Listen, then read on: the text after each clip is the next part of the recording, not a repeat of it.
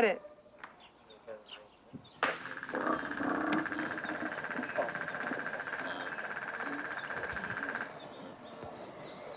That's off.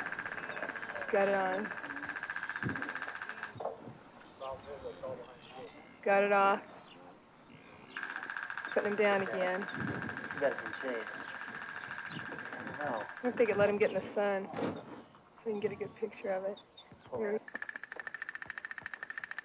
Bottom belly. Okay, now up.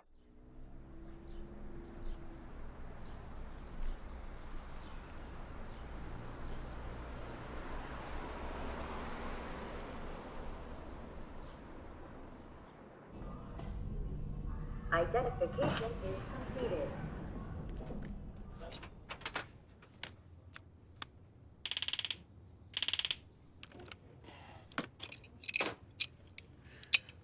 Take this with us. Need demos with doors. There we go.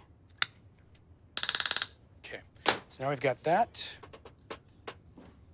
We've got the innards here that I can show you how this works. And we will go from there. You guys? We started this with 5 guys, lost money for 8 straight years, made a lot of mistakes along the way, but we learned a lot too. And as you see, suddenly 5 guys starting a company develop this to where you're selling hundreds of thousands of TASER devices. This is the American dream. You take a product that you think is going to save lives, you build it up, and you have all that elbow grease, blood, sweat, and tears, belief in it, workers that work their tail off, and then now, suddenly you're making this thing, it's being worn by 15,000 police departments. That's when you know you've really hit the strides.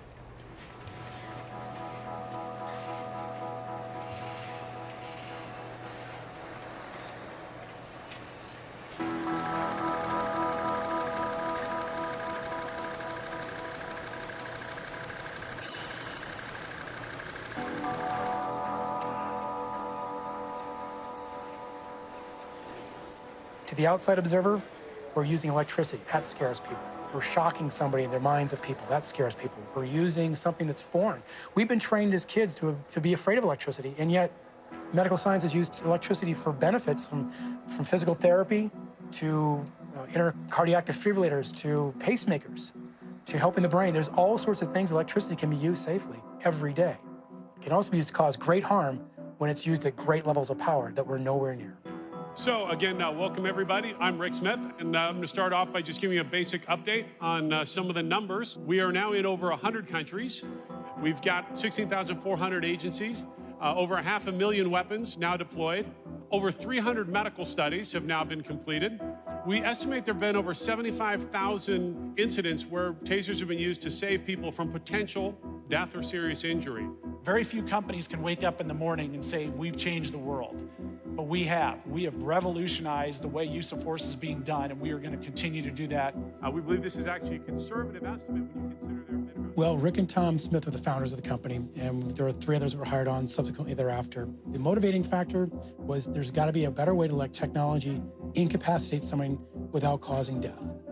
The reason my brother and I started our company is we had 2 friends get shot and killed in a crazy road rage incident, and we looked at that and said, why isn't there a better way to stop somebody without having to resort to lethal force?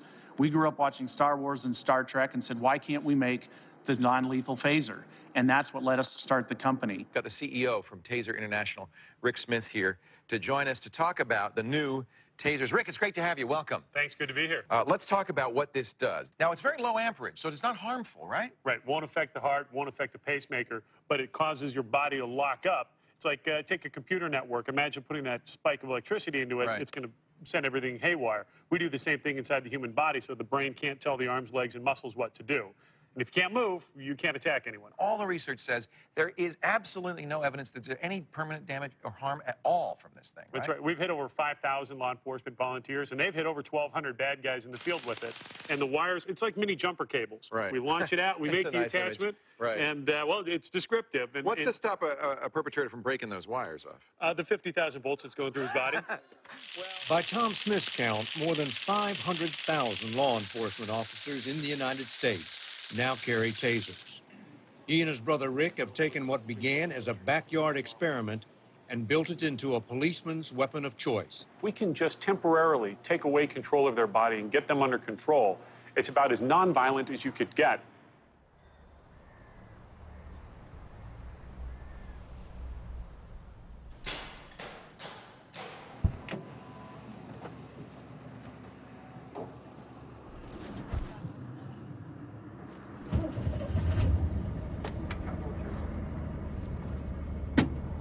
The first guy I tasered, it worked like a charm, you know? He dropped to the ground, he was sorry. He thought I shot him with a pistol because the tasers were so brand new, I don't think he even realized we had them. It was gonna get ugly, and his kid's there, and his kid's crying, and it just ended it right there, ended it. And I thought, wow, that was cool, you know? The guy had, you know, he had a couple of little probe marks in him, but that was the extent of his injuries. You know, we enjoy the excitement of the job, the adrenaline that it gives us, but there's no pleasure in beating the crap out of somebody. That's not fun. The tasers, to me, were a means to get away from that. It got to the point where you'd pull the taser out of its cartridge and the guy would give up. And that was actually, it was cool, you know? He wouldn't run because he thought he was gonna get tasered. He wouldn't fight because he thought he was gonna get tasered. When you pepper spray someone, depending on your sensitivity, it can affect you from 10 minutes to 2 hours to 6 hours, whereas the taser, as deployed, is a 5-second cycle. If you take that person into custody, at the end of that 5-second cycle, it's done. There are no follow-up actions. There's no adverse effect. You know, medical care, no treatment. You take the probes out, and the person goes to jail. So no one ever breaks a finger, no one ever hurts their shoulder, no one ever twists a knee because you have the taser to use. And I think that was the thought at the beginning, and I think, you know, that was welcomed, and then the experiment began. Cut! Bench your gear! The police academy in Manhattan turns out New York's finest. However, to some New Yorkers, the police are anything but.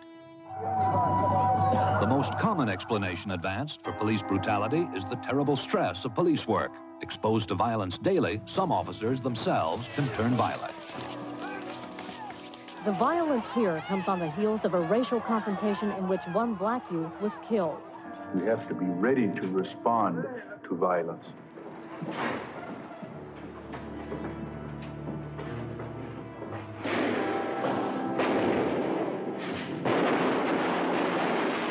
Last year in this country, there were 8,000 lawsuits alleging police brutality.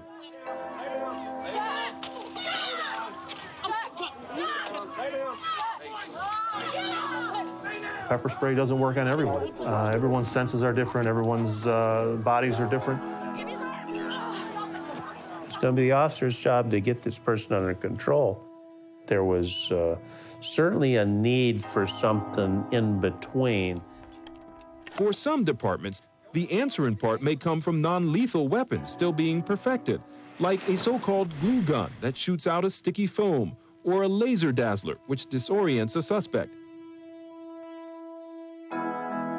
Into the debate over whether to make handguns illegal, enter a new space-age weapon that stuns but does not kill the victim.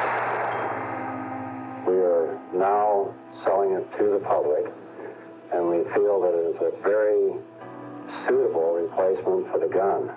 The idea of electric weapons has been around a long time. Cover, a space scientist, remembered reading about it as a boy, not in a textbook, but in Tom Swift's electric rifle, written in 1911. Officers trying to take a man into custody, they used a taser. The taser should have dropped him long enough for the officers to take control. It didn't. From stun guns to tasers, they can be effective, but have never been totally reliable against focused, combative attackers. Well, first we had to take Jack's, terrific idea that was way ahead of its time, and we had to do several things to it. We had to improve the triggering mechanism. We had to improve the accuracy of it. Now, ideally, this will give us a little bit of wind. Let her rip. All right, as you can see, already you need hair like me. We're blowing. Here, why don't you show my hair blowing here? I'm gonna give an idea how much it's blowing. See, it's plenty of wind.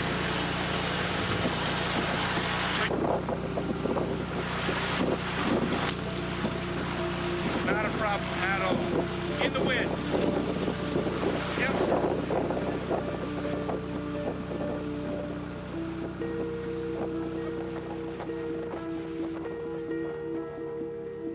Well, the air taser was our first effort, and it was a terrific effort. But the problem that we had with that product is it didn't have the stopping power to stop a truly motivated individual.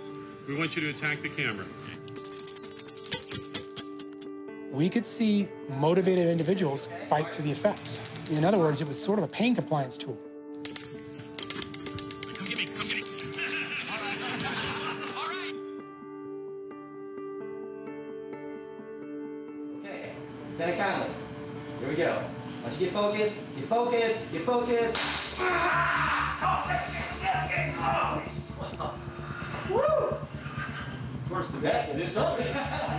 Now, the M26 was the proverbial home run of a product. We knew that if we didn't have a tool that stopped the motivated individual, we weren't going to be successful. Do you think there's any possibility you could have attacked through that? Oh, hell no.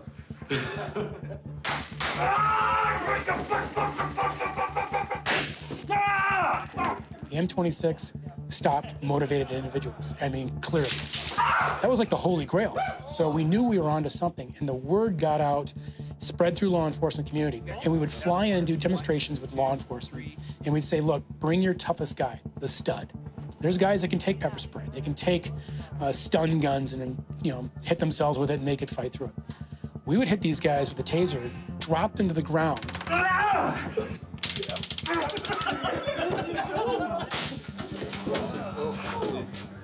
Taser! Taser!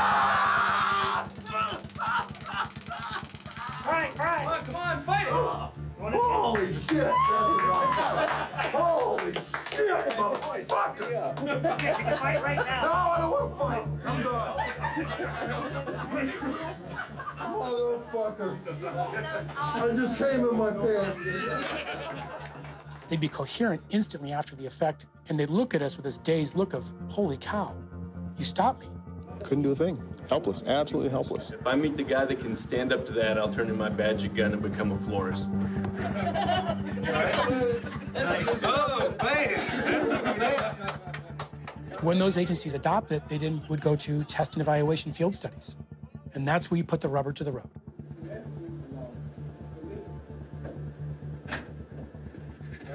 Set that down.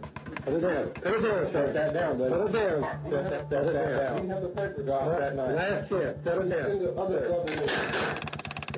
Now the news this morning, a taser gun helps to end a 3-hour standoff in Longmont, and it's all caught on tape. Across the country, cops call this taser the revolution.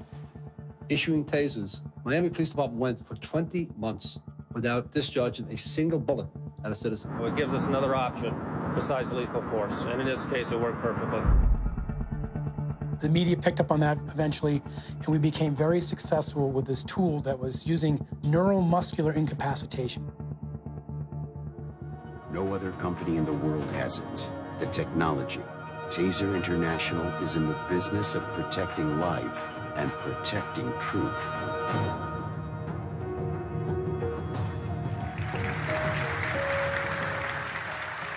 Let's say we bring out the guys that brought us all those laughs and most kick-ass devices in law enforcement, our founders, Rick and Tom Smith.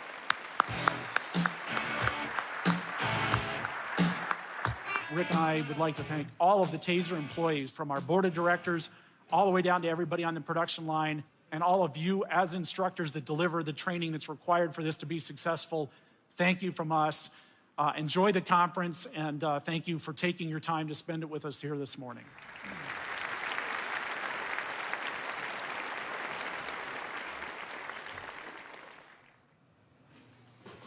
Good morning. We're on the record. This is media number one of the videotape deposition of Rick Smith. I'm going to be asking you a series of questions about your company and about your products. My objective is to get your version of events, your testimony, for you to say what you mean to say as clearly as possible on the record. Mr. Smith, what is your current occupation? I'm the Chief Executive Officer of TASER International Incorporated. And was that owned by you and your brother, Rick Smith? He and I started it, and then my parents were involved. The first board meeting was at our dining room table at my parents' house. Well, at that point in time, we were breaking new ground. Our mission was basically to protect life. I mean, it's basically the mission that survives today, to develop a product that people can depend themselves without taking a life. Well, you're going to sign this first. No, I'm not. I'm not signing anything, officer. Okay, hop out of the car.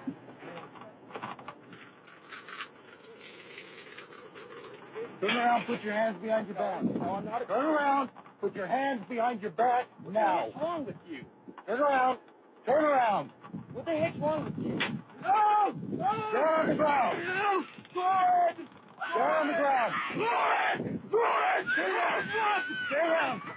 Stay down. Stay in the car. Turn around. Face down. Face down. Face down. Face down, put your hands behind your back. Around the country, there is increasing concern that some police are taser happy. So there's the device and then there's the person holding it. Right.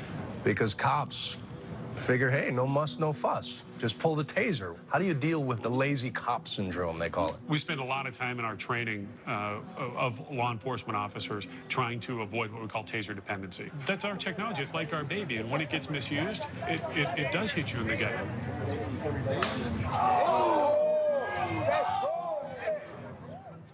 An 86-year-old disabled grandmother is suing after police taser cuffed her and put her in a psych ward for 6 days.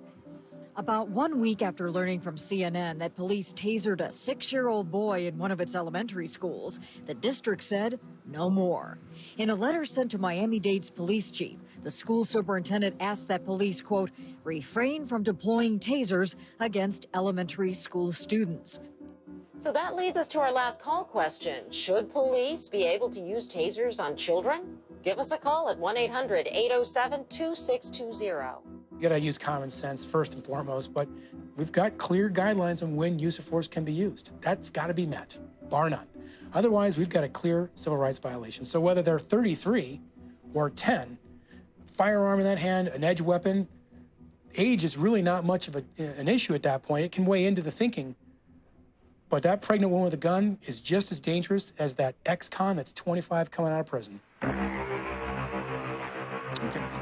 What we have in this situation is Tony. He's going to come at me. But the fact that he has a lethal weapon in the space of just a few feet, he could actually kill me.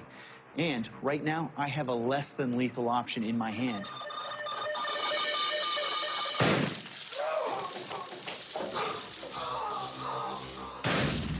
We have yet to see the guy who can take this and just walk through it. We're giving the bullet an overhaul. We think 50 years from now, the world's going to be a very different place.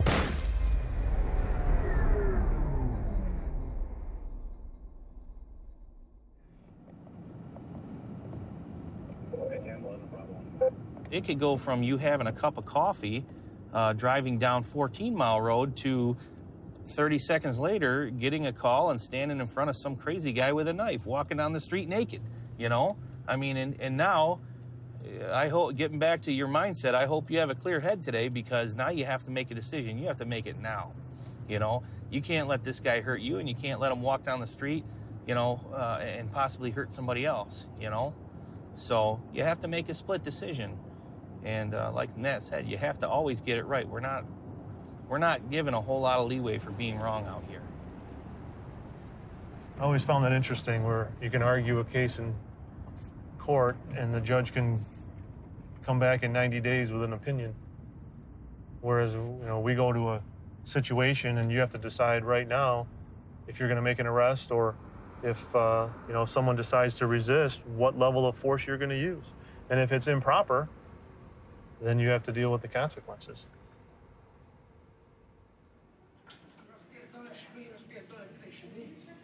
I don't even know how to... He doesn't even speak English. Russian? Russian? Slavian? I don't think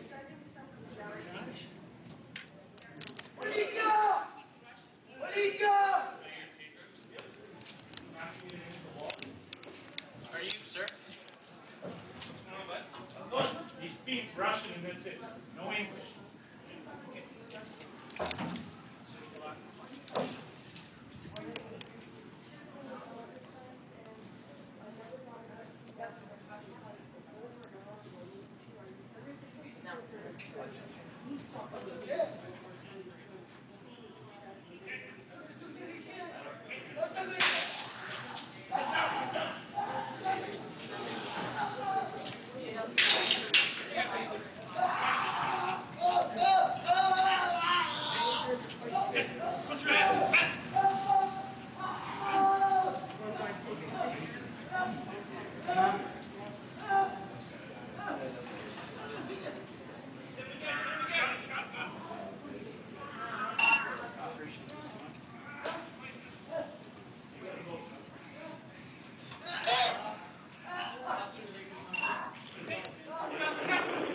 He's unconscious. Looks like he's breathing. CT ambulance? Hi, Richmond RCMP. Hi. Can we have you code 3 to the international terminal arrivals area? Okay, yeah, it looks like we have upgraded to code 3, so you're saying that he is unconscious now? Yeah, they were asking for code 3. Still breathing? No, at this time. Sorry. Oh, okay, no problem. All we have.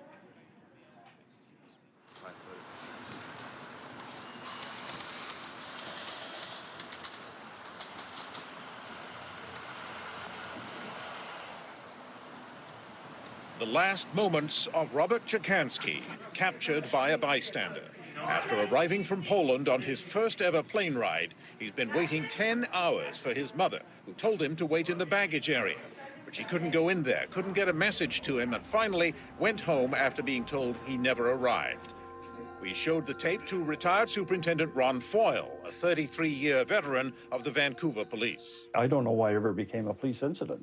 It didn't seem that he made any threatening gestures toward him. So what were the options for police Sunday morning? The Mounties say pepper spray wasn't ideal because the area was crowded with travelers, and suggest the baton may have been too violent. Is the way to deal with a person with excited delirium, if that's the case, is it to start breaking bones and assaulting somebody? I can just imagine what the public perception would be of that. Well, now the guy's dead, so... Yes, and you know what I have to say to you to that is let's all be patient and wait for the BC coroner's autopsy to see what the cause of death is.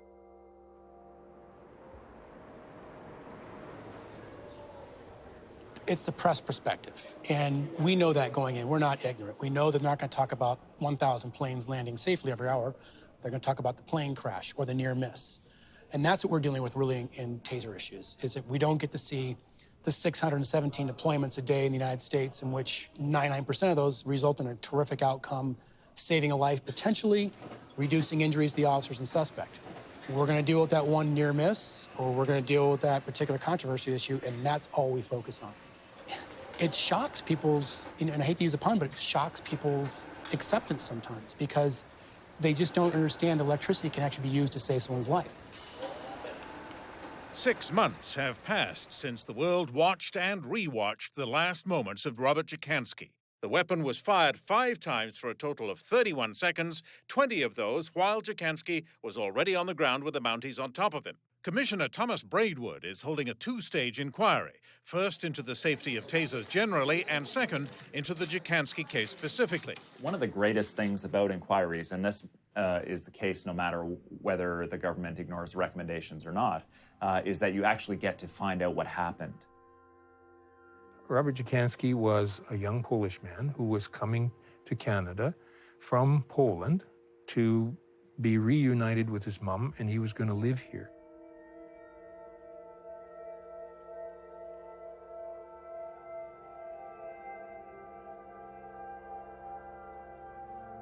It was a long flight. I think it was a 9 or 10 hour flight that he was on. He was not the best of flyers.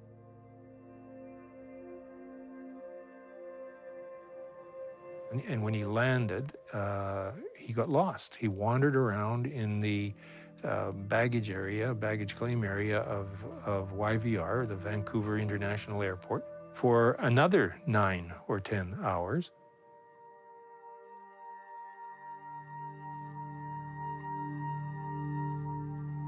Outside the doors of the International Reception Lounge were a couple of airport security people who were inadequately trained.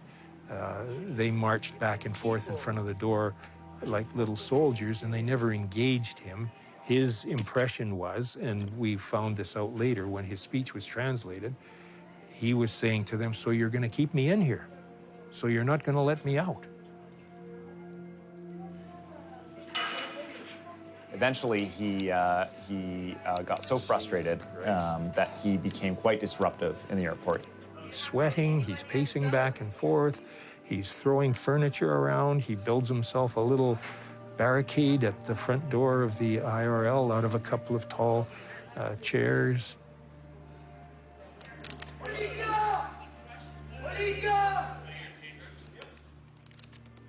The RCMP showed up and he greeted them. He said, "Polizia, polizia," as if he was welcoming them because finally he was going to get some help. Now we can start. Right to the end, Constable Jerry Rundell refused to concede that the Mounties did anything wrong with Robert Jacansky. I see that the video fully supports my version of the events. Before they get near Jacansky, one officer asked another, "May I taser him?" And the answer is yes. Does the video show an attempt to hit you? It shows a step forward. It shows, but an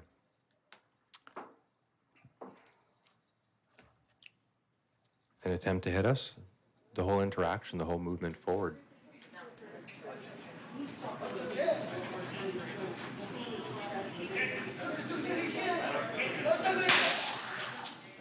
What was your rationale for firing the taser the first time? He had the stapler open, his other fist raised. He's was in a combative stance, as we call it. Officer, would you mind opening the stapler and show us the position it was in? He had it like this. Would you mind standing? Absolutely. He had it like this. Okay. Hands up.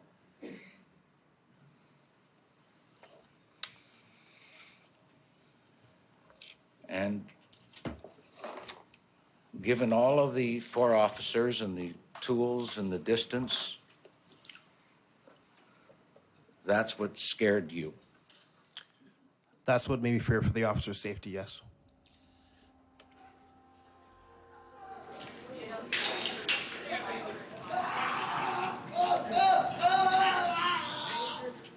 Can you give us the rationale for firing the taser the second time? He was still fighting and struggling with us. I don't know why.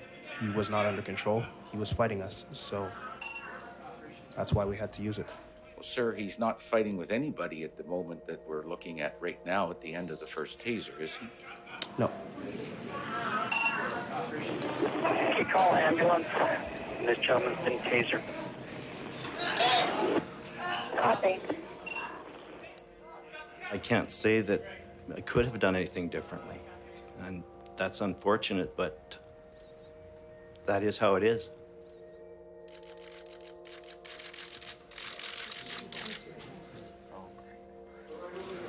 Taser International has put forward a different model of policing now.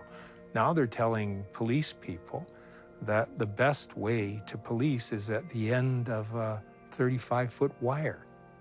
They panicked. They didn't know what to do. They abandoned their good basic training and they embraced some very questionable training that they had had more recently, and we ended up with a terrible tragedy. There's frequent reports in the media that somebody has died or had another catastrophic consequence, and I'll just use the term, in association with the use of one of your company's products. When the company learns that such an incident occurred, does that come to your attention? Not rarely, because that's usually handled by our media and our public relations team and our legal team. I deal in sales and operations. Well, doesn't sales and operations encompass, at least to some degree, the safety of your product?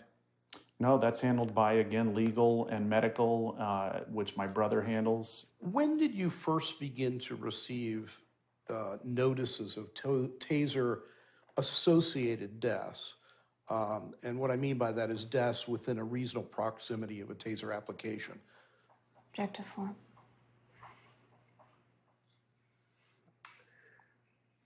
The first one was probably, I believe it was in Philadelphia. What year? In 2000.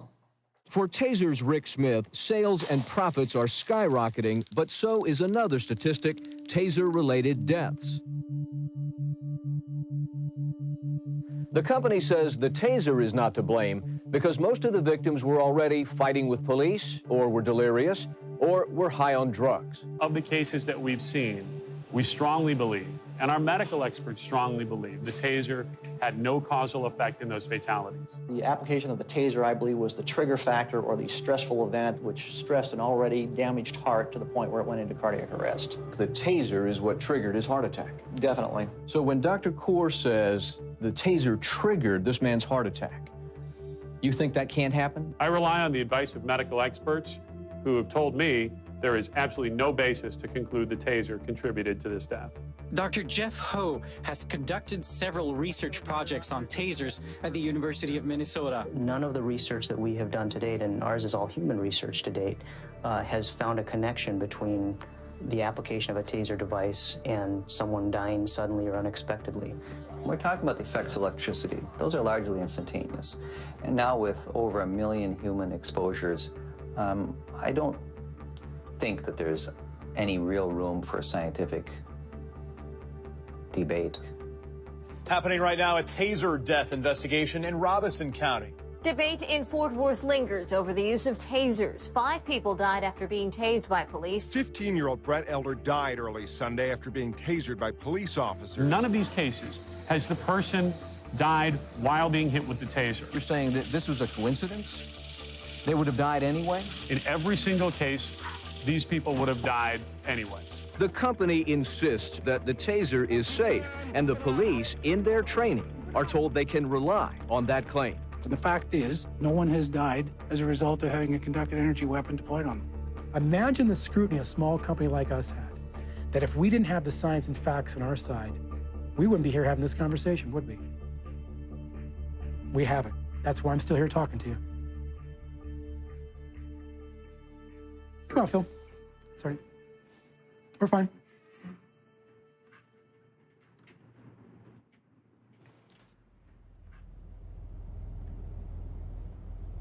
The information is really difficult to obtain.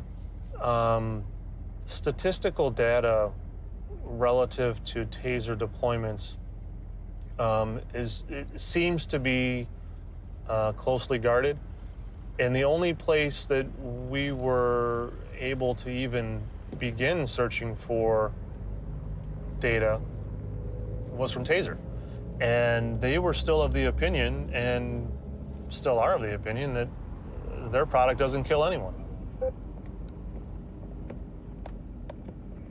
Where do you begin to look for those statistics when there's no criteria to even begin categorizing them? You know, at what point, is Taser looked at as a contributing factor? If you Taser someone in a tree and they fall out and die because they broke their neck, is that Taser a contributing factor? What's the baseline? Well, how do you, compile your stats?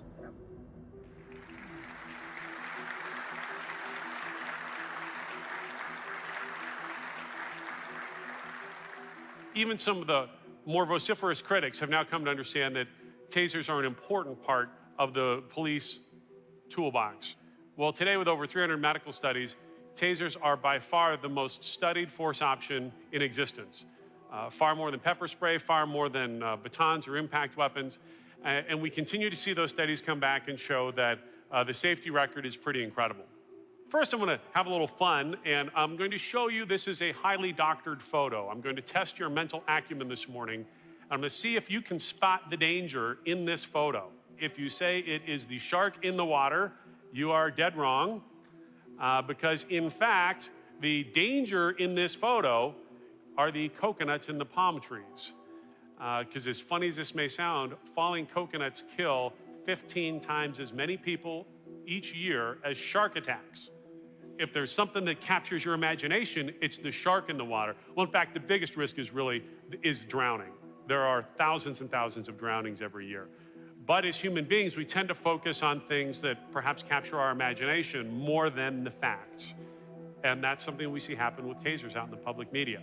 Yeah, Rick, but Jaws wouldn't have been the same if it had been a coconut falling on him.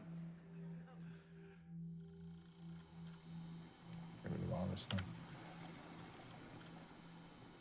And I just couldn't believe some of the shit they were saying. They're a very strange company. There's something really off about them. Well, at that point, the propaganda, if you will, that TASER was putting out in the public domain with respect to the safety margin of the device and the lack of risk already had become convincing to the police departments all across the country and, in fact, across the world that were purchasing the product in large numbers. They were already buying into the fact that this product was completely safe and essentially risk-free. And then to try to dissuade these police agencies, to try to convince them otherwise, is obviously a very daunting task, and that's where the litigation would begin to come in.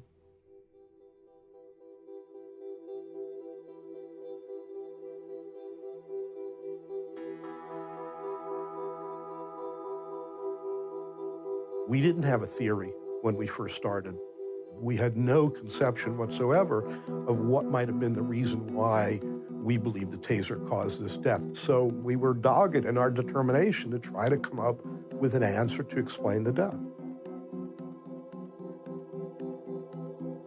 When we started to conceive of a theory as to cause of death, we stumbled on metabolic acidosis. When did you first consider the possibility that the M26 could contribute to metabolic acidosis? Objective form. Well, again, if we consider that metabolic acidosis is a fancy word for the effects of exercise, I would say it's always been known that the TASER causes muscle contractions similar to moderate exercise. The TASER device causes involuntary muscle contractions throughout the skeletal system, and this dumps lactic acid into the bloodstream. And when the pH drops to a certain, dramatically low level, then you get into a situation where cardiac arrest, arrhythmias of the heart can occur. It logically flowed for us that if the device causes the contractions therefore create lactic acid. Was there some science that contractions of muscles could cause some acidosis? Yes. But to jump to the conclusion that the application of a TASER device could cause severe acidosis that could cause cardiac arrest would be like saying that walking up a flight of stairs could cause acidosis leading to cardiac arrest, because that's the level of exertion we're talking about with a TASER device, as you well know from subsequent studies. Now, with a 5-second discharge, the effect is negligible. It's measurable, but it's negligible. The impact is no more than a good workout in the gym. But what if we repeat that? And what if we show a case where there's 5 discharges, or 10, or 15, or even more than 20, like Heston? We knew that the ultimate results of acidosis in that person's blood would be significantly greater. That, again, played into our theory of metabolic acidosis. The jury accepted our theory, and the judge accepted our theory, and we prevailed.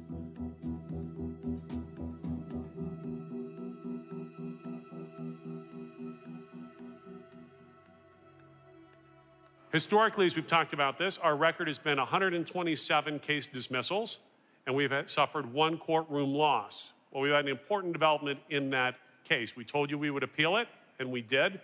So the headline grabber was that TASER was hit with a $6.2 million judgment, primarily in punitive damages.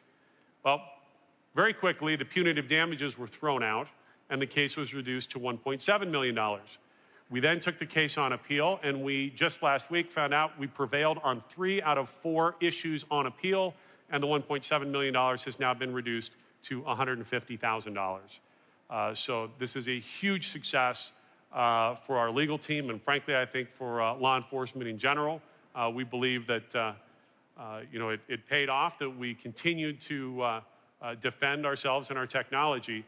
And so, of course, this probably won't make headlines in the media, but that $6.2 million case was dramatically reduced to $150,000. This is what the tobacco industry relied on for decades, was you can't prove that tobacco smoking causes cancer. You don't know what the exact mechanism is. It just happens that a lot of people who smoke get cancer. Well, a taser is relying on the same thing.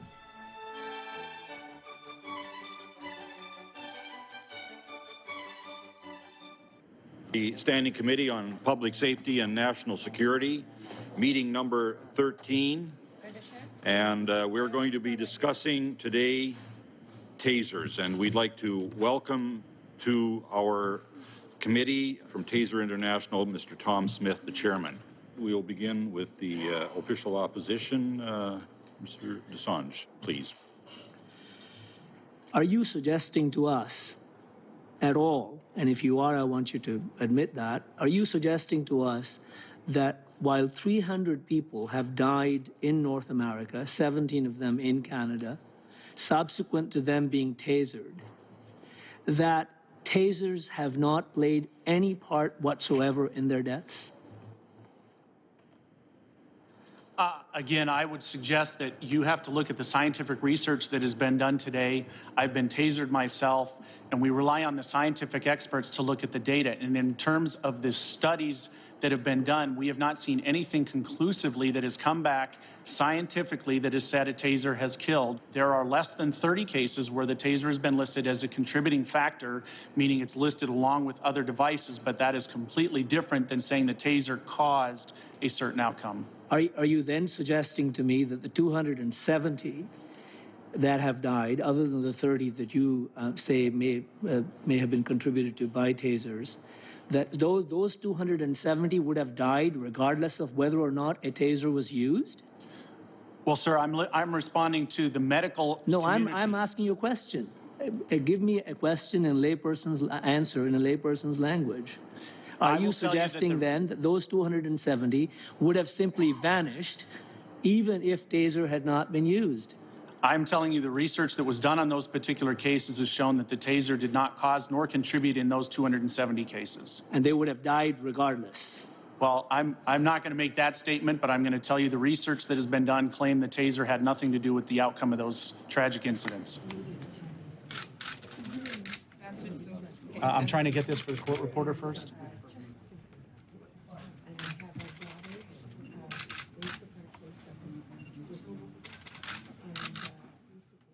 Everything's on the table. What do you mean by that? It means it could be banned or it could be very severely limited as to when they can be used. It's hard to be able to really judge how safe the taser is, what the effects are, who's died, who's been hurt, what's happened during the course of training, because we don't have that information. They've been withholding it. That's how we make it an inquest. Good morning, Mr. Commissioner. Thank you very much for the opportunity to come up here and speak to you today. Airbags were designed to make automobile accidents safer, much like a taser was designed to make interaction and confrontation between people safer. As you take this analysis, if not a taser device to end a confrontation between people, what force option is that officer going to be left to use to end that confrontation and end it effectively and take that person into custody? Heads up. Morning. Morning. Thank you very much for being patient and letting me speak. Do you accept that Robert Jacansky died in part because he was tasered? Sir, we're all waiting. I'm waiting. You're waiting. Everybody's waiting. We have not seen the medical examiner's What report. else could it possibly be, sir? Sir, I'm not going to speculate. I've said repeatedly, we're all waiting to see what the medical examiner has to say. Mr. Smith, are you saying that is it possible that Mr. Jacansky would have fallen down and died without being hit by a taser? Again, I'm not going to speculate on what could have or would have. I mean, we could play that game all day long. What do you think of all this stuff that he's pointing as evidence that taser use is safe? I'm unconvinced. Call me a cynic. The fact is that all of the evidence that he has led isn't conclusive to suggest that even under appropriate circumstances, if taser is used, it is not going to cause death. I have been tasered multiple times. In the chest? Yes, I have. Consecutively? I have only, when I've done my exposures, it's been a single 5-second application. That's my question, and that's when the risk increases according to the science. No, we haven't, sir, I will disagree with you. You show me the science where it shows the risk increases with multiple exposures. We have not seen it. We need to do more research. That's not what's happening right now. So do you need... These guys have blinkers on, and they're saying there is sufficient evidence, sufficient data, full speed ahead. Absolutely not. But knowing it's being misused, though. Of course we're concerned. That's why we do all the medical studies. But I'm asking, are you personally concerned about it? Well, you personally, not we, but you know, when you use we, you're talking about the company. I'm asking about you as a human being. Is this something that you personally concern yourself with? I make sure that we have people that are doing the job of looking at the medical research, yes, but I don't do it. We all can't do every job in the company, so we have people that are focused on the medical aspects, the safety aspects, and again, I get the summary details, the summary of the details of what the research is finding, but I'm not involved in the research, I don't attend the research. That's handled within our legal and medical research area of the company. But in any event... may I comment on that? Well, that's not a question. That was more a statement on my part. Let me just move on real quickly to a couple of last things. Can we take one last bathroom break? It can be very fast, like 2 minutes. Actually, I'd prefer not. If you can hold on for 20 minutes. Then I can't. 20 minutes, I cannot assure that I can answer cognitively and accurately. We've been going for well over an hour. Oh, no. We've been going for a lot less than an hour this time. I've been watching the clock. We took our last break at 3:30. It's now 4:45.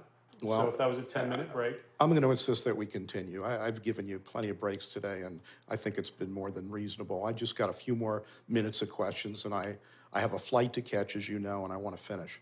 You can't give me 120 seconds to go to the restroom. Would you rather spend that time debating about this? It's your choice, but in any event, let me ask you this. In terms of the risk assessment that was done in the Sticky Shocker review, did TASER ever produce a document that referenced a comparable risk assessment for the M26?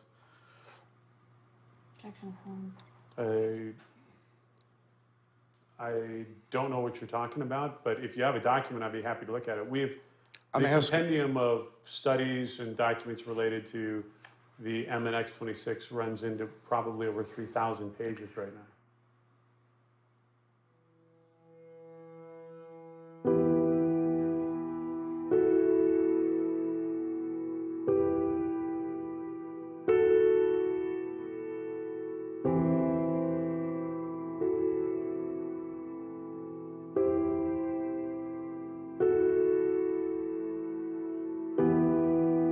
I think Butler, if I recall correctly, was the first of the series of cases. John and Peter at that point were all involved with what happened to Mr. Heston, which was metabolic acidosis, excited delirium, whatever you want to call it. They were focused on the science and the medicine around that, and they weren't interested in what happened to Mr. Butler. Butler presented an interesting challenge for us. We knew that our acidosis theory was based on multiple discharges. We just in our own minds had thought that it would have to be at least 5 discharges. But suddenly we have Butler and there's only 3 discharges and we have a cardiac arrest. And there was no other explanation. He wasn't on cocaine. He wasn't on methamphetamines. He was a drunk guy on the bus. We're faced with this daunting prospect that our acidosis theory doesn't look like it's going to apply in this case. What then could be the explanation? I became convinced in reading TASER's research and the way TASER was representing things that it couldn't happen. I said, the current is too low, it can't capture the heart, blah, blah, blah. Law enforcement at that point in time was being trained by the TASER company when they sold them the TASER devices, that they could use the TASER device just like they use their firearm. Shoot for center mass, shoot for the chest, and it would not affect the human heart. Could not affect the human heart. And when I looked at the Darrell Turner case, I was absolutely appalled.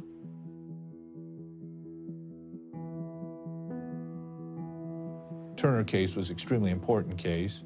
No other restraint other than the TASER was involved, and it was a direct chest shot.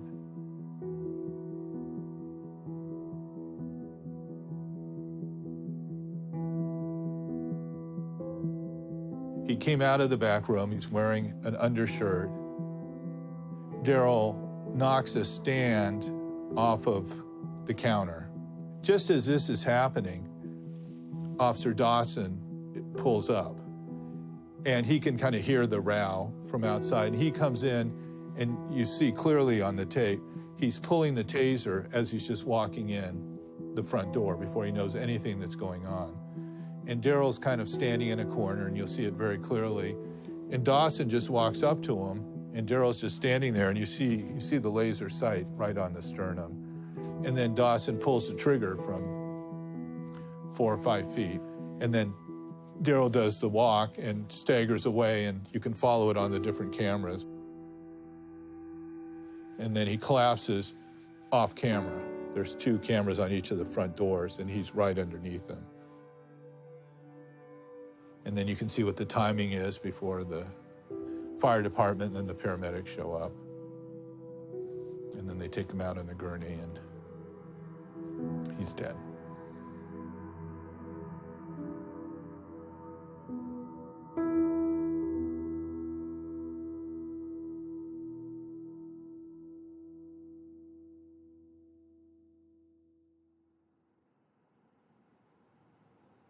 So what you're saying, I mean, I'm trying to understand what you're saying.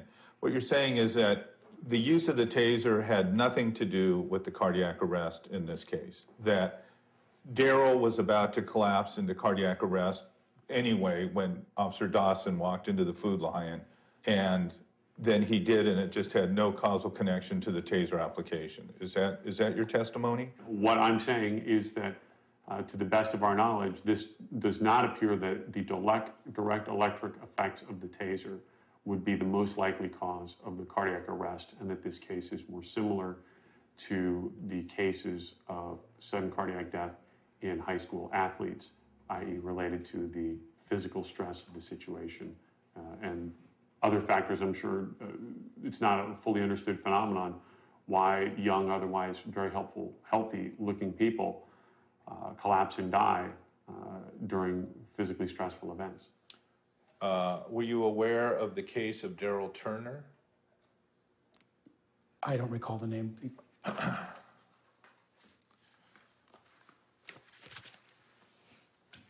The agencies are relying on medical safety information they are getting from your company, don't you agree?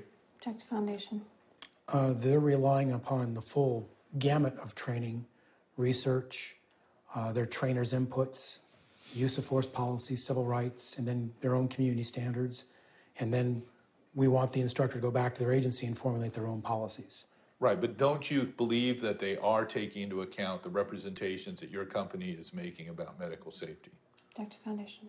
I can't speak for those agencies. That's a hypothetical. I'm just guessing on this then. So you really don't know the answer to that? I couldn't speak for the individual agencies.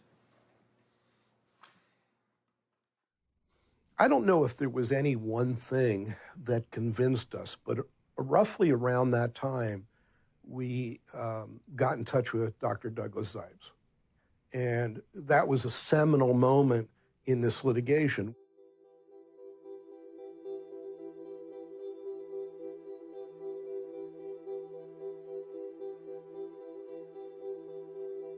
It was pretty clear to me that this was taser-induced cardiac arrest. We know that an electrical pulse either delivered through the skin, the chest wall, like from the taser, or directly to the heart, as a pacemaker might do, can capture the normal heartbeat and rev that rate up to extremely rapid rates, 400 to 600 times a minute. And it looks like a bag of squiggly worms with no effective squeeze, so blood is not going to the brain and to the other tissues, and you die very quickly, 4 to 6 minutes or so. The earliest thing we found out was that through Dr. Zipes, that Dr. Patrick Chu, a well-known electrophysiologist at the Cleveland Clinic, along with another doctor, Dr. Laccaretti, had been commissioned to do research by Taser International with respect to the cardiac consequences of their device. This is back in 2005, early part of 2006. You picked pigs for your experiment because they have a heart to body ratio, weight, and cardiac anatomy that is similar to humans, correct? Yes, and it's also easier to do experiments with.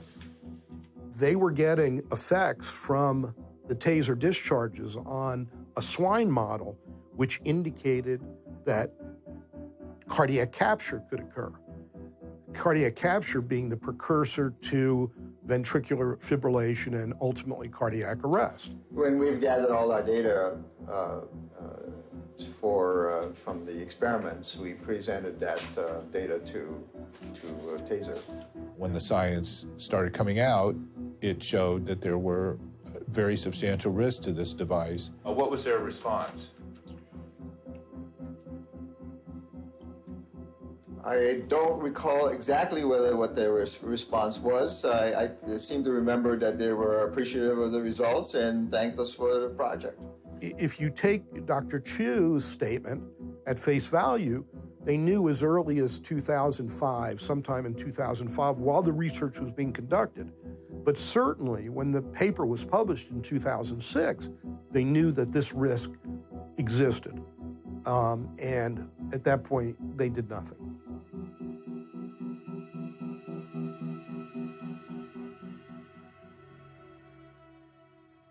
Here you're being told by doctors that you paid for that this is a risk, and I'm saying, wasn't this spoken about in the company, and wasn't some effort made to get a warning out in the summer of 2006 so that this police officers who are using your device would know that this was a danger? I would have to go back and look at what was done. I was not involved with testing, research, and development when these results are being evaluated by our team. Is this the first time, as you sit here today, that anyone has pointed out to you that Dr. Lacaretti raised this concern in 2006? Yeah, I didn't even read this before. I don't remember reading this. The assessment of our scientific advisors was then and continues to be that that risk is exceedingly low in humans. Frankly, during those points in time, the findings were actually continuing to show significant safety margins, even in the presence of drugs like cocaine. Well, I disagree with your statement. We've never said there's no risk. Walking out the door of this building has risk. There's risk associated with things all the time. And I believe we do warn for risks. Well, I'm not talking about risks of falling off a building or getting hit in the eye with a dart. I'm talking about the risk of having a cardiac arrest from ventricular fibrillation. Has your company ever said that that cannot happen? I've never heard our company say it cannot never 100% ever happen. You see exhibit number 8? I see exhibit number 8. And is that a PowerPoint that was put out by your company? Very early, yes. And it says no effect on cardiac pumping? That's the second bullet point, yes. Okay. And at that point in time, there was no evidence based on that information. Well, you just testified under oath that you never said, your company never said that there was, it was risk-free when it came to cardiac arrest. You never say never. At this point in time, what tasers do not do, we have not seen any effect on cardiac pumping whenever this slide was put together. Well, that's not what you're saying here. No, that's exactly what I'm saying. Don't change my words. I think that this effect is getting tremendous level of attention relative to the extremely rare probability risk of it happening. Say that again? Yeah, I mean, let me rephrase what I'm getting at here. I mean, do you believe that when it comes to product safety and warning the public about the safety of products that you're putting into their hands for use with themselves or on other people, like your devices, that when it comes to warning them about potential risks, it's better to be safe than sorry? I still don't understand the question. Ask Dr. Bozeman, independent of TASER, U.S. Department of Justice funded, 1,201 actual applications in the field. 99.75%. 99.75% of those cases resulted in no significant injury. 1,200 cases, no significant injury of 99.75%. That is the real proof in the pudding. That's where the critics are afraid to go. Bozeman's study doesn't prove anything. I mean, first, there were 2 deaths, and they eliminated those. Said, oh, those weren't due to the taser. I mean, most people who get tasered don't sustain significant injuries. I mean, that's absolutely true. It just hurts like a motherfucker, you know? But it doesn't eliminate the possibility that it could still happen. We took 1,200 drunk drivers, you know, people with alcohol between 1.2 and 1.5. And you know what? They drove home from the bar, and there wasn't one traffic fatality. So that proves that drunk driving does not increase the risk of death due to traffic accident. I mean, you know, it's just bullshit.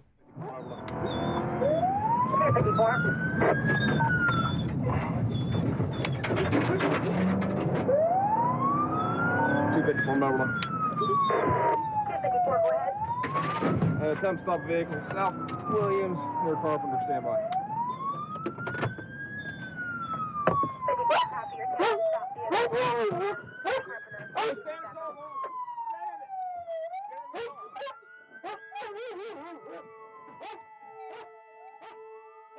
You think about all the good things that you went through in life, and somehow this damn incident just keeps coming back in your head. So all the good things that you're thinking about just kind of floats away, and everything from that evening comes back.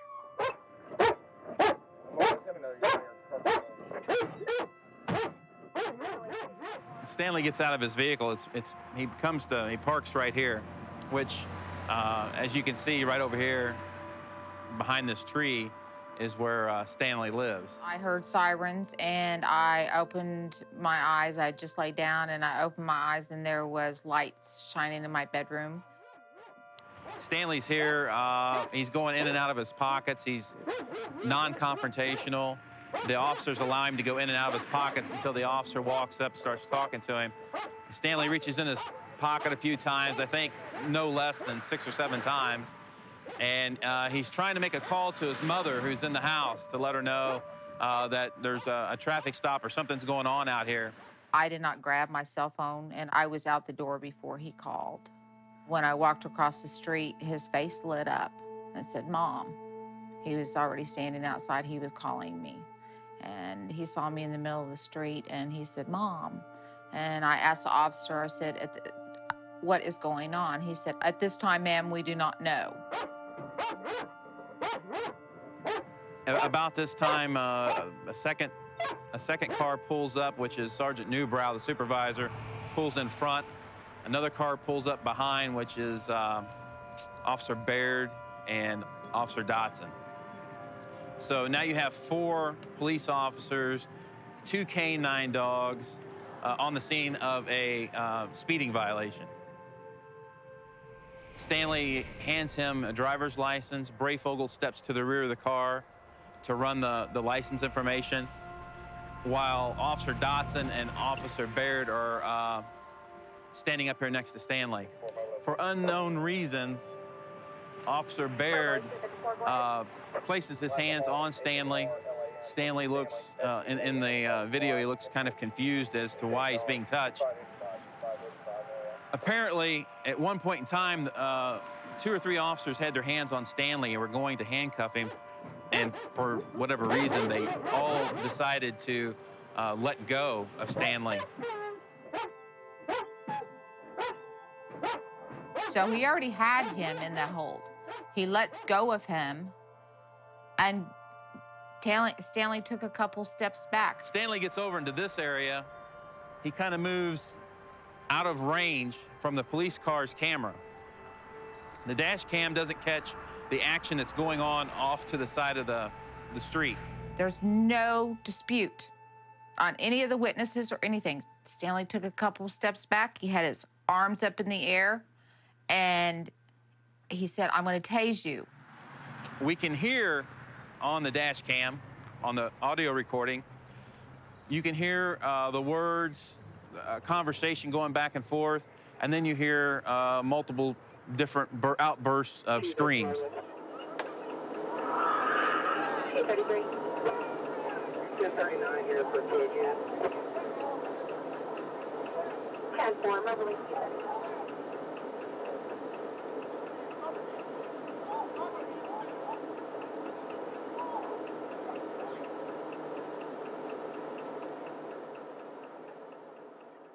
I just wanted to save him. I just wanted to help him. They wouldn't let me, so I ran in and got my husband. I was like, Kenny, you need to get up now. I never dreamt when I walked out that door that that's what I would be facing, or I would have woke him up and took him with me. And when I went out there and I went around Stanley and I tried to get over there, they would not let us no further than from the curb to him, and threatened to taser, threatened to throw us in jail, threatened to arrest my wife. 233. Stanley Harlan breaks my heart. These other cases do as well, but here you see it all played out on video. 39, show you en route. Area of Williams and Carpenter, 38 minutes after.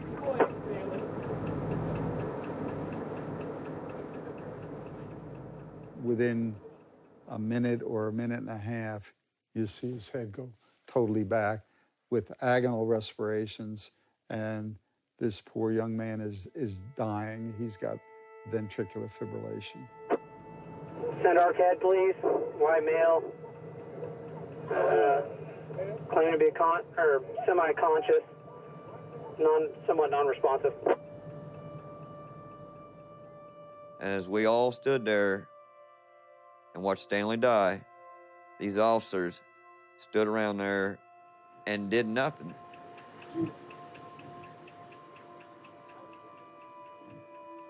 The police officers are just standing around as I know he's got ventricular fibrillation and is dying.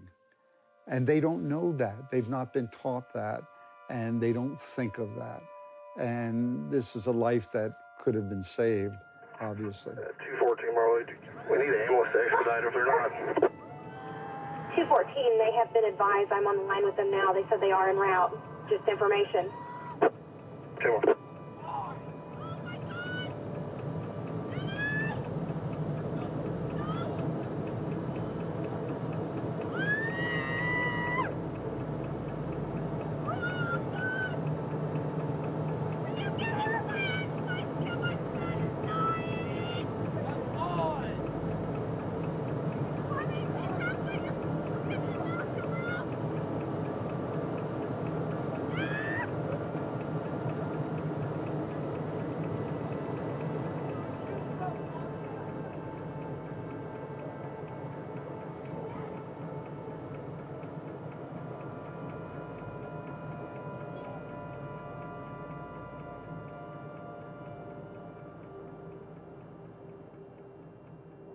And they had this weapon that they don't know that much about, and they used it on him, and this is results of it.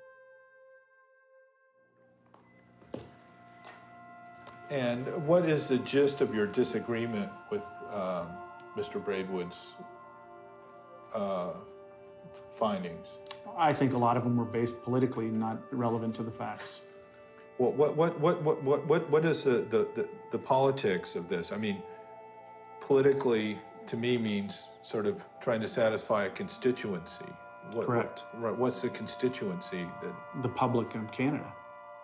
Check 2, 3, 4, 5, 6. 1, 2, and 2, and 2, and 2, and 2, and 2, and 2, and 2, and 2, and 2. Check 2, 3, 4, 5, and 2. 1, 2, and 2, and 2. Check. Good there? I would like to spend a few minutes summarizing my most significant findings and recommendations. This report makes 19 recommendations respecting the appropriate use of conducted energy weapons, including appropriate training. It has been left up to each police department to develop its own training programs. The result has been a patchwork quilt of inconsistent policies among the police department and an inappropriate reliance on the manufacturer's training materials. what happened in that case with Braidwood and the Dzansky case was horrendous speculation that Taser was the cause of deaths. A lot of things, literally, you mentioned things that go wrong in an agency. Some of those things are not done on purpose. Some of those things that, that's use of force. Things that can go wrong. What was this guy doing in the airport for 9 hours? Flying, office cigarettes, no alcohol, all these things come into play. The videotape shows officers come up to him, and they don't understand why they were there. They don't understand the stuff that he was doing before. There's a very irrational behavior and grabbing a stapler, not a little tiny one, big one. The Braidwood inquiry released a stinging report last month, and it stated that, based on medical evidence, tasers can kill. Conducted energy weapons do have the capacity to cause serious injury or death. And then with Braidwood looking at all the different things, they brought in experts, they brought in people that had no business being there in my book, and then to ignore some of the human studies that we provided them, that was wrong. We disagree with that, so we did the due process and we filed a complaint with that. The process by which the conclusions and recommendations were determined was not fair, and it wasn't fair to Taser, and they were not fair to the public at large. It's rare for public inquiries to face such legal challenges in Canada, but critics are not surprised, considering how much is at stake for Taser International. This goes beyond BC. According to the company's lawyer, the Commission's finding may affect its financial interest and reputation. Frédéric Zalac, CBC News, Vancouver.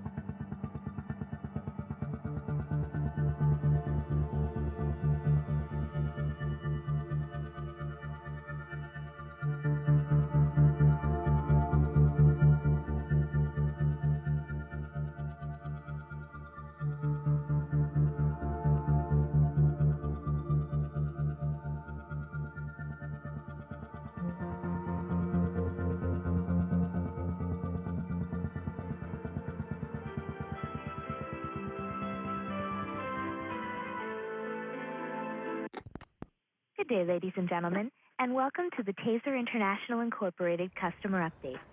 Thank you very much, and we appreciate everybody giving us your time this afternoon to talk about this important topic. I want to start by addressing a couple of the questions we've been receiving over email. The first one is, are chest hits with the Taser dangerous? And the answer to that is definitively no. So many people have said, okay, if the probability is so low, why does Taser have to warn about this? Biggest reason here in my mind is risk management and avoiding the controversy. Another question we got was, will Taser help defend cases? There's some anxiety out there from officers that have written directly to me saying, does this mean Taser's walking away? Will Taser help defend officers where there's chest shots involved? And the answer is unequivocally yes. We pride ourselves that we stand up both for our technology and for officers here. So hopefully this can help to put some of the debate behind us, and we can move forward with life with people focusing on the fact that every study I'm aware of that's looked at it has found that the Taser is, if not the safest force option, the only other one that's even close is pepper spray. So there is an acknowledgement that there's a minute possibility that a shot to the chest could result in cardiac arrest. I think the better way that I would answer that, not better, but from the company's perspective, is we cannot prove it's zero. Thanks to all of you at TASER for what you've done for law enforcement. Thank you. Hey, and I would say sorry for this situation. I don't enjoy it either. Unfortunately, we live in a country where you spill hot coffee in your lap and you can sue for $10 million. It's a bit ludicrous that our tort situation puts us all into these circumstances, but it's the world we live in. So appreciate your understanding and support, and stay safe out there.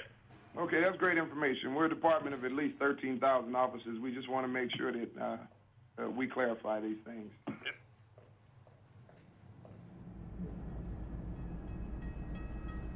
When they changed the target area and said, hey, you shouldn't shoot people in the chest with these things, I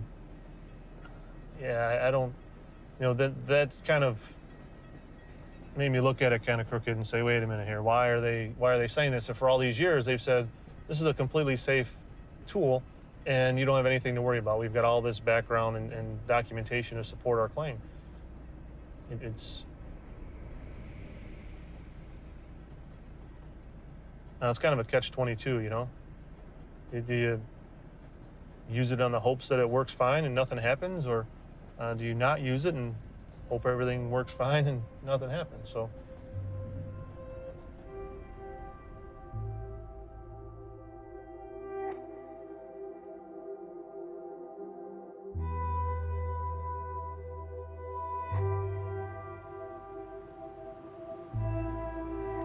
We did get into a case, and we were under the belief from the beginning that TASER International would indemnify the city if there was a lawsuit, or they would send experts in, or there was some monetary judgment made. And we found that we got into a case where we were sued, and TASER did not indemnify the city. So, I mean, obviously, that was disturbing to us, and we could see that the playing field was changing, and it was changing on the other end. It was changing on TASER International's end. Nobody told us that these tasers were going to kill people, you know? You come out with a sales pitch, you say this, and then when it doesn't work out, you just disappear. That's not right either. Because I'll tell you what, if I discharge pepper spray and it makes a guy go blind, I expect Guardian to come in and explain, because as far as I'm told, it doesn't make any go blind. I've never seen it. But if that were to happen, damn it, they better come in. That's not my fault. If I knew that about pepper spray, I wouldn't use it, you know? You swore this wasn't going to happen. You swore that this was a statistically normal thing, that these people were not dying at any more of a unusual rate than they would have with absent the taser, you know? Everybody wants the best, and we thought we were doing the right thing at the time.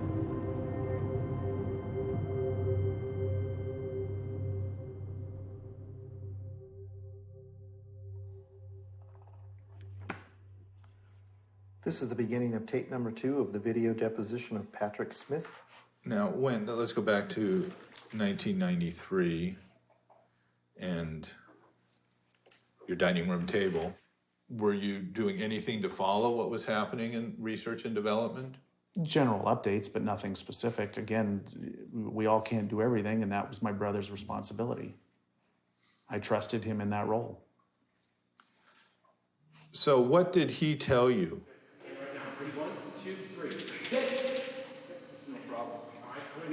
Back in the days of the 5-watt system, when those they were testing it on were fighting through the 5-watt system, TASER International was in a tough spot. What are they going to do here?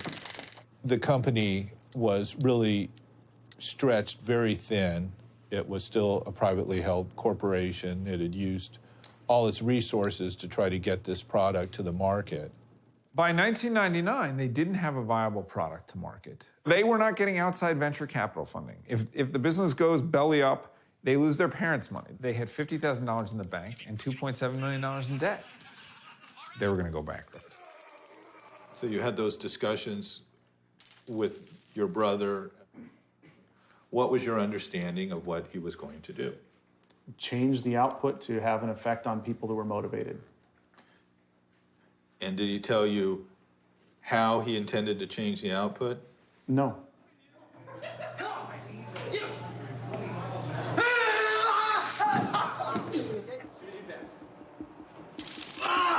Okay, basically you cranked up the power of the air taser 34,000 4 times. We increased the energy and the power by roughly 4 times, and the output charge by roughly 3 times. Well, were you personally concerned that if the effectiveness of the device was changed, it might also become a more dangerous device? Was I concerned that making it effective would be making it more dangerous? Right. It wasn't. It was something I knew that they were going to be addressing in research and development. Were you concerned that you might be distributing a product that was not safe? Objection to form. I didn't know it was unsafe at the time, so I'm not sure that I buy into that argument. Okay. So they did some very minimal studies. They weren't a public company, and on humans, they really were just looking for volunteers and giving them very short shocks that did not replicate the experience of the taser in the field. It's exactly the same mechanism of product development that I learned when working, developing a project management system for a pharmaceutical company. The statement is ludicrous, to say the least. If you look at the testing that they did, which encompasses approximately 950 people, the vast majority of those exposures were for a second or less. But they never analyzed any physiological changes in blood chemistry when they did that. They used it on each other. Now, they're healthy guys who are not high, and they decided this is safe. And they went out to the police under that circumstance, and probably they believed it was safe. Here in Canada, we had a massive failure of the regulatory arm. A guy, Lauer, wrote a report saying, you know, I had a look at this, and this thing's been exhaustively tested, and it's no problem. We can introduce it here in British Columbia. And then it was introduced. I don't recall the names of people who advised me, but I do remember receiving advice that it had been vigorously tested. I was given some literature that said that it's been vigorously tested, and I approved it. Advanced taser hit buttock to calf.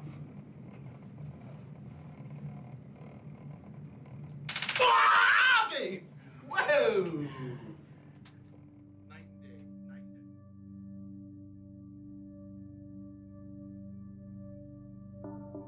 With TASER, there's no FDA.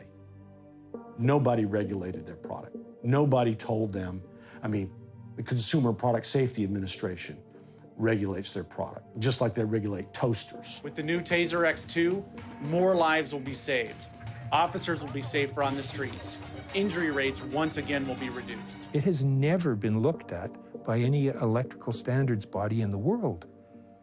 And, you know, in a way, you can't blame TASER International. They're a company. They're in the business to sell a product. They're going to sell it the best way they can. You know, getting hit with a taser is not pleasant, but an analogy I use sometimes is chemotherapy, right? Like if you've got cancer, they do awful things to your body to try and save you. Well, our society has a cancer. We're a violent, dangerous society. We believe in what we are doing. We have changed the world. Very few people can say that. Look, I've been hit with this thing 7 times. Every senior employee at this company has been hit with a taser. Many of our wives, many of our children have been hit with tasers. So we believe this is the safest way to get a violent person under control. That's huge. We're very proud of what we do. And it is like a religion to us.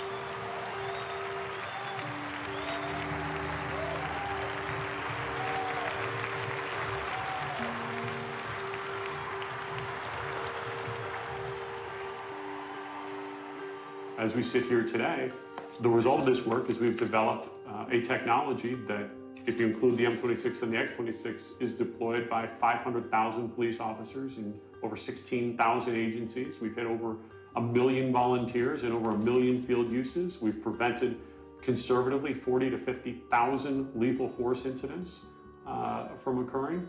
And it's had an extraordinary safety record. So I'm very proud. I think you would be hard-pressed to find any other scientific development in the field of modern policing that went through a similarly rigorous approach. If it's that evil and dangerous, it wouldn't have lasted 5 years. And yet here we are 18 years later after revolutionizing law enforcement as probably the biggest change in law enforcement since the radio. It really has changed law enforcement. And a good revolution isn't just some new innovative product. A good revolution comes with pain. And its success gave you a platform and allowed your company to go public, right? That is correct. And it made you a multimillionaire in the process, right? I'm not going to answer that. Well, it was financially successful for you, right? The company's been financially successful, yes. And if you want to look at my records, you can go see what's public, but I'm not going to sit here and tell you today. I think that's irrelevant to your question, but... Okay. Because I would say you're probably a successful attorney sitting there as well. Thank you.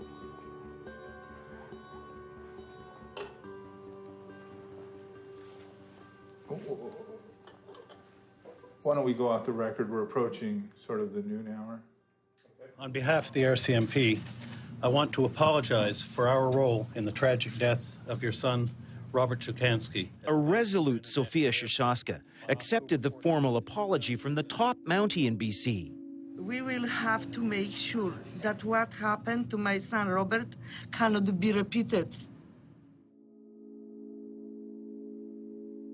In 2006, Taser International's own scientists told them that the Taser waveform can capture the heart. They continued to sell the product. They did not warn their customers. I don't dispute any of the comments you've made about potential problems with CEW. It's something that we're very alive to. We want to see more research, and we'll welcome it. We'll be involved in it. But shouldn't that research have been done before the weapons were even accepted by the force? Because you relied on the manufacturer's word.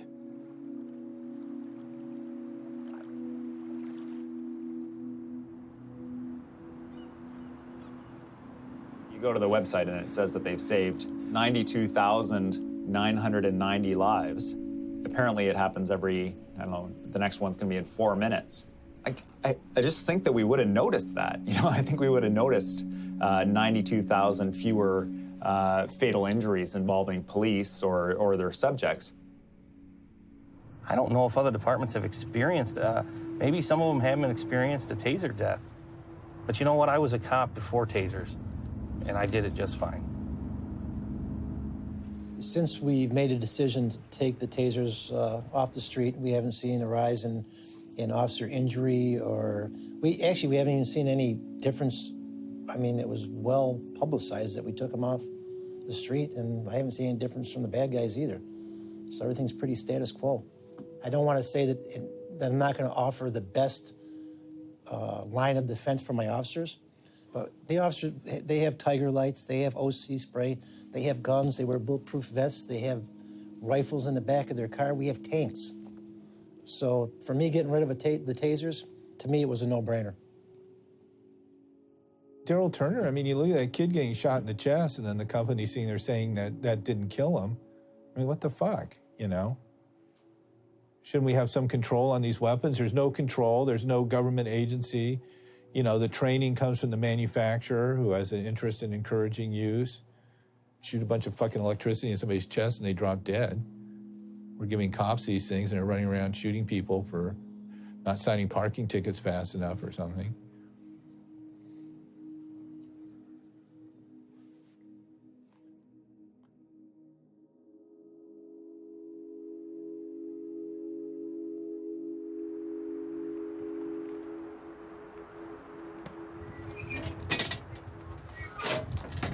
Most people celebrate the holiday, such as Labor Day. We buried Stanley on Labor Day 5 years ago. So Labor Day weekend is not really a good weekend for us. It's nice to have Stanley's friends all come out. Just, if nothing else, eat a good meal, and talk a little bit about Stan.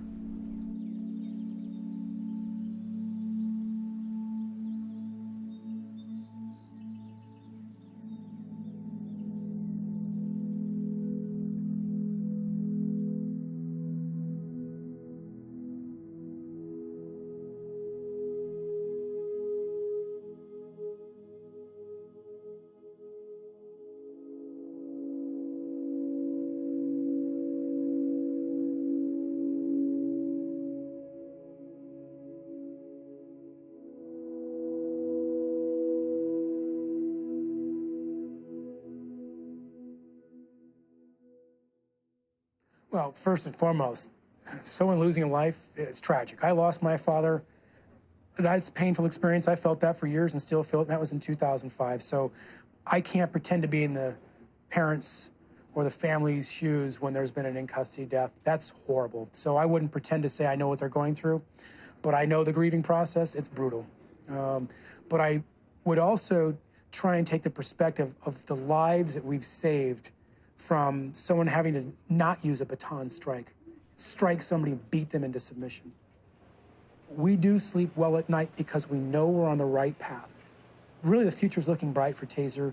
So the controversies, as painful as they are, they make you grow. They make you respond in terms of innovation. So Taser's saving lives. That's the business that we're in. We're protecting the truth and we're protecting lives. Anything else you want to add? Good interview.